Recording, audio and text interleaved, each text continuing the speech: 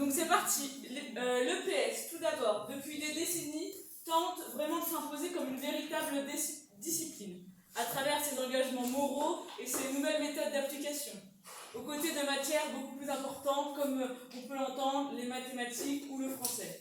Néanmoins, de par sa singularité dans sa forme d'apprentissage, elle demeure encore trop à l'écart des autres disciplines.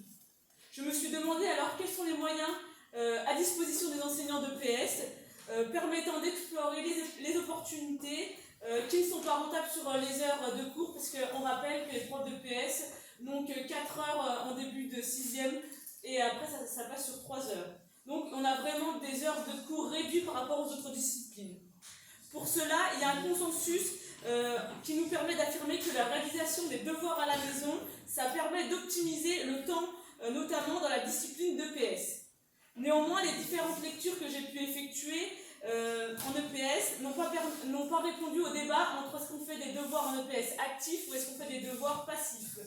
Et est-ce qu'on fait des devoirs en lien avec l'activité que l'on est en train de faire en ce moment ou est-ce qu'on fait des devoirs plutôt en lien avec une autre activité juste pour s'entretenir.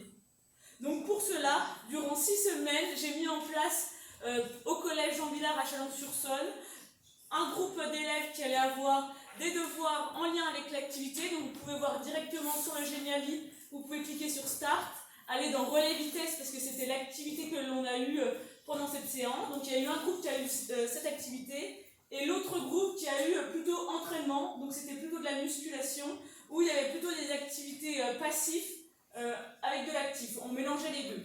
Donc le résultat qu'on a pu démontrer, c'est que les devoirs liés à l'activité avaient de meilleurs résultats sur les compétences méthodologiques et sociales.